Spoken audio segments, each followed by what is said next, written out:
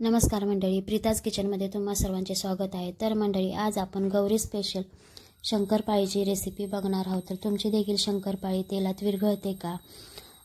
तर अशा पद्धतीने करून बघा, अजिबात तेलामध्ये विरघळणार नाही आणि एकदम बिस्किटासारखी खुसखुशीत होईल। तर मंडळी, शंकरपाळी करण्यासाठी इथे मी 1.5 वाटी मैदा घेतलेला आहे आणि मैदा आपल्याला व्यवस्थित चाळून घ्यायचा आहे। तर इथे मी 1.5 वाटी मैदा घेतलेला आहे आणि तो व्यवस्थित असा चाळून घेतलेला आहे। आणि त्याच्यामध्ये मी साखर मिक्स करण्यासाठी मी इथे 1 छोटी वाटी साखर घेतलेली आहे आणि त्याच्यामध्ये अर्धी वाटी दूध मिक्स करून घेतलेलं आहे। आपल्याला साखर भिजे एवढं दूध घालायचं आहे आणि ते त्याच्यामध्ये विरघळून साखर दुधामध्ये घ्यायची आहे। 1-2-3 मिनिटांमध्ये साखर दुधामध्ये विरघळून जाते। तुम्ही या साखरेच्या ऐवजी तुम्ही पिठी साखर जरी वापरली तरी देखील चालेल, ती देखील लवकर विरघळते। आणि आता इथं मैद्यामध्ये मी इथे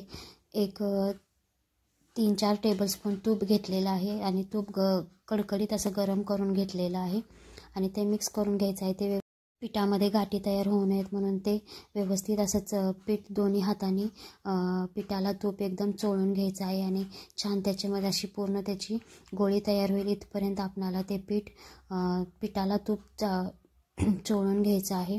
आणि आता याच्यामध्ये मी 1 चिमटभर बेकिंग पावडर टाकलेली आहे आणि ते देखील मिक्स करून घ्यायचे आहे। आणि आता आपण जे दुधामध्ये साखर विरघळलेली होती त्याच्यामध्ये आपल्याला हे पीठ मळून घ्यायचं आहे आणि त्याचा छान असा गोळा तयार करून घ्यायचा आहे। याला जास्त मळून घ्यायची गरज नाही, फक्त गोळा होईपर्यंतच मळलं तरी देखील चालेल। आणि आता याचा आपण मळून घेऊन एक गोळा तयार करून 15 मिनिटं रेस्ट करण्यासाठी ठेवणार आहोत आणि त्याच्यानंतर आपण लाटायला घेणार आहोत।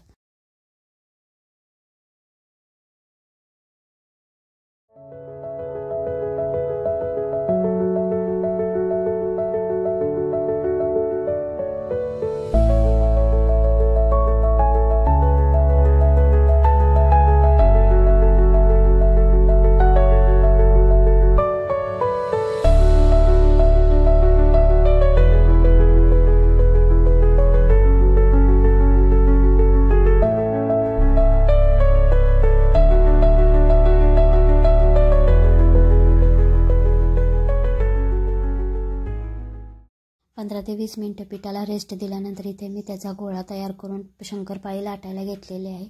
आणि आता आपण त्याची छान अशी पोळी लाटून घ्यायची आहे। एकदम जाडही लाटायची नाही आणि पातळ लाटायची नाही।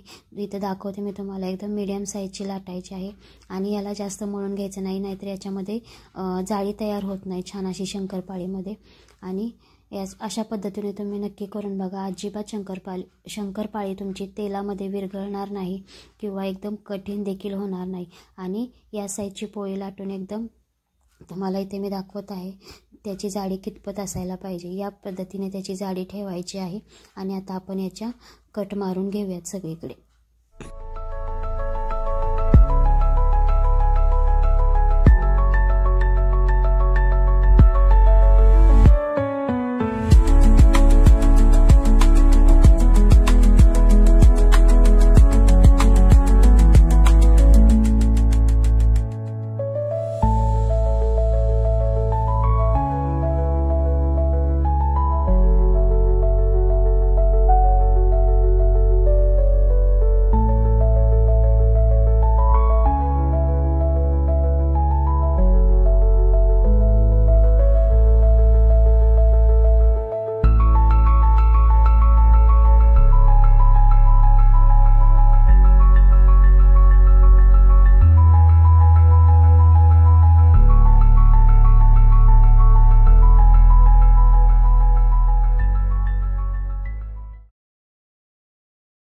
शंकरपाळे करून झालेले आहेत आणि एका साईडला मी इथे कढईमध्ये तेल देखील गरम करायला ठेवलेलं आहे। आपल्याला तेल जास्त कडकडीत गरम करायचे नाही, मीडियम फ्लेमवरच तेल गरम करून ठेवायचं आहे। ते ठेवलेलं आहे मी। आणि त्याच्या अगोदर मी सगळ्या शंकरपाळ्या दुसरी देखील लाटून घेतलेली आहे, त्याच्या देखील शंकरपाळ्या करून घेतलेल्या आहेत। आणि आता तेलामध्ये आपल्याला हे सोडायचं आहे। तर तेल आपल्याला जास्त गरम करायचं नाही, एकदम मीडियम फ्लेमवरच आपल्याला प्रत्येक शंकरपाळी तळून घ्यायची आहे। आणि तेलामध्ये आता आपण सोडूया।